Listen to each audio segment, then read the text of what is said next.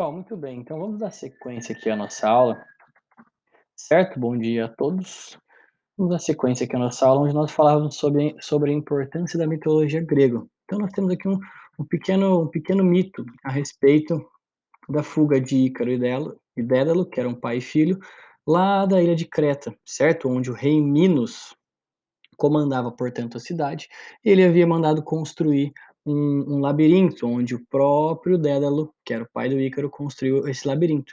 E um dia, querendo fugir da ilha com o filho, né, um muito esperto, muito engenhoso, o Dédalo era, ele fez, portanto, duas asas de anjo e colou nas costas do filho e colou nas próprias costas com uma cera. E aí ele falou para o filho: vamos embora, só que não voe muito longe de mim, me siga e não fique perto do sol.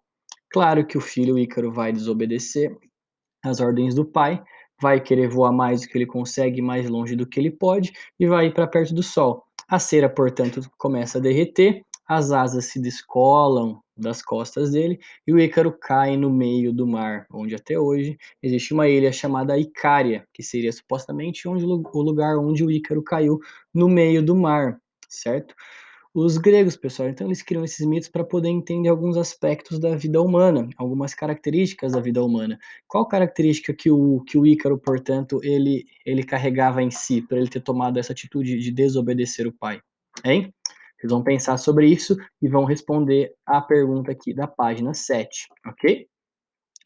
Pessoal, seguimos falaremos sobre as Olimpíadas. Elas surgem em 776 a.C., na cidade de Olímpia, cidade onde também ficava o Monte Olimpo, que era a morada de Zeus e dos outros deuses, certo? O Zeus, então, ele tinha a função de proteger o Monte Olimpo, certo? Muito bem, pessoal. Então, essas Olimpíadas, elas aconteciam de 4 em 4 anos, certo? Em homenagem aos deuses, para agradar aos deuses, então era incentivado o esporte para o agrado dos deuses. Então tinha arco e flecha, corrida, luta, ok? E nesse momento, pessoal, das Olimpíadas, as cidades, certo, que estavam em guerra, em conflito, elas interrompiam as guerras para que houvesse as Olimpíadas. Então havia uma trégua entre as cidades para que as Olimpíadas pudessem ocorrer, certo? E aqueles que mais se desempenhassem bem nesses esportes, eles ganhavam uma coroa de louro, simbolizando que os cidadãos, né, que esses cidadãos que foram bem, eles eram os mais preferidos dos deuses, né? Então eles tinham ali os deuses tinham um maior apreço, um maior amor por esses cidadãos. E você ter os deuses, né? Portanto, ali você ter o amor dos deuses nesse momento para a Grécia era muito importante, certo? Lembre-se que os deuses eram o que guiavam a vida desses cidadãos da Grécia, ok?